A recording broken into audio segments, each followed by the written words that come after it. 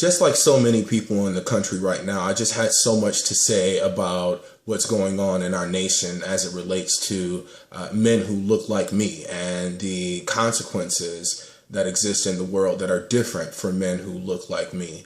I'm Dr. Donald E. Grant Jr., professor of psychology here in Southern California, and I wanted to discuss a few major points as it relates to the underpinnings of what we're seeing, particularly in light of the lack of justice being delivered for the murders of both Mike Brown and Eric Garner this week. It's important that we understand how stereotypes work in this world as they translate and manifest themselves in real life. A stereotype is a broad brush idea or definition of a person and the activities that they disproportionately engage in, and we indicate that all people of that group do that thing. When we talk about stereotypes about black men have historically been extraordinarily dangerous. Starting very early on, one of the first messages that individuals are taught about black men is that they arrived here in shackles as property. And that plays a huge role in the initiation of thought, when the reality states that men of African descent were here in the United States or on this land, North America, well before slavery as free men in the 1500s, collectively engaging with the Native Americans and influencing Mexican culture to a great degree out west with the Olmecs and a variety of other indigenous populations there. Yet, the information that we get is only related to our enslavement after we get here. And once we're here, due to the perceptions of danger of who we are over-sexualized, and we are created, and images of us are created to elicit this fear and this danger. I'm sure many of you have seen the movie Birth of a Nation.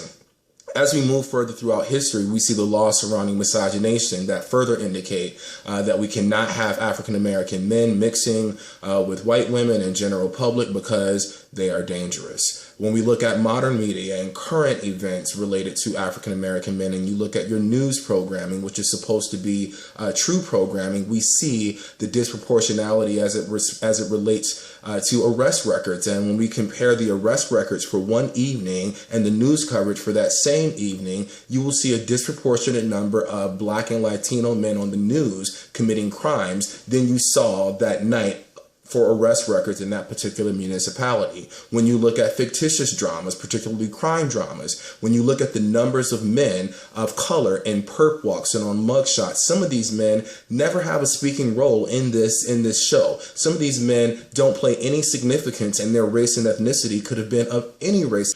Although the race and ethnicity of these men is inconsequential to the storyline, the story still disproportionately demonstrates that these men are the criminals. And what's even worse is that research has also demonstrated that oftentimes the victim of the crime that this perpetrator has committed against is oftentimes represented as a white person, which continues to perpetuate the fear. What we know is that stereotypes create attitudes, and attitudes create behaviors, and these behaviors manifest themselves differently depending on where you are. So when we talk about academia and we talk about school, when we look at the fact that little preschool boys are being suspended from school at a rate that is ridiculously way higher than any other ethnicity of boy in any school. Little black boys are being placed on ADHD medications at a significant rate when trauma signs and trauma symptoms are not being adequately addressed. What we know is that little black boys and young black men are being suspended and expelled from school for infractions that other children would not be expelled for. What we know is that these are things that have created These are behaviors that have been informed by stereotypes, whereby the behaviors that I elicit look much different than the behaviors that somebody else elicits. And anything beyond that is privilege. Surely there are other factors that contribute to this, but if you can't understand that piece, the fact that when I do something or if I look like something, it plays a different role than if somebody else does, we can never have an open and honest conversation about race in this country, because you don't see the disparities that exist as it relates to just my phenotype, just the way I look.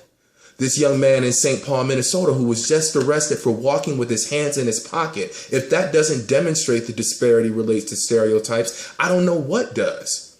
This man was accosted by a police officer because people called saying that he looked suspicious because he was walking around with his hands in his pockets in Minnesota.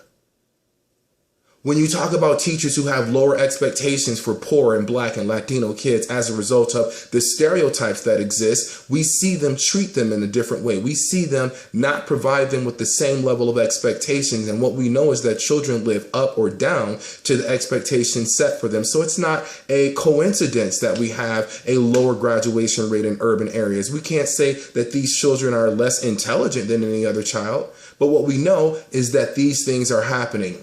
And until we're open and honest enough to address them, we will never affect true change. When we look at the fact that police officers have an activation of racial stereotypes when they encounter African American men, we understand that those African American men are in danger of being shot disproportionately than any other man, than any other person. If you research first-person shooter tests, which were on both civilians and law enforcement officers, it would demonstrate that anybody is more likely to shoot an unarmed Black man than an unarmed white man. Let's be clear here. When we see people talking about this dissonance associated with the fact that we can't have these systems in place whereby it can't be true that African American men are treated differently, the fact of the matter is it is. The fact of the matter is that we need to understand that this is the case. The fact of the matter is that African American men are experiencing a different reality than many other men in this land. And the denial surrounding that is related to dissonance and one's inability to say, oh, I'm a good, loving person. However, my benefits have nothing to do with the disenfranchisement of others. Well, actually, sir, they do.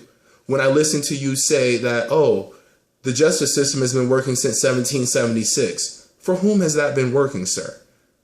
When I listen to Charles Barkley say, oh, if you just pull up your pants and take off your hoodies, yeah, that's your privilege, sir, being operationalized in that manner. Yeah, do I agree kids need to pull up their pants? Absolutely. Do I allow my son to walk around with his pants hanging down? Absolutely not. But is that a reason for somebody to be mowed down in the street, Mr. Barkley? No. If this was a conversation about rape, you may also be manifesting your male privilege, saying, oh, if she had a longer skirt on her, if she wasn't drinking. That's blame it. Although we can talk about boys pulling up their pants and all these things, it is unrelated to the deaths of these children. It is unrelated to the fact that it is okay to take a young Black boy's life.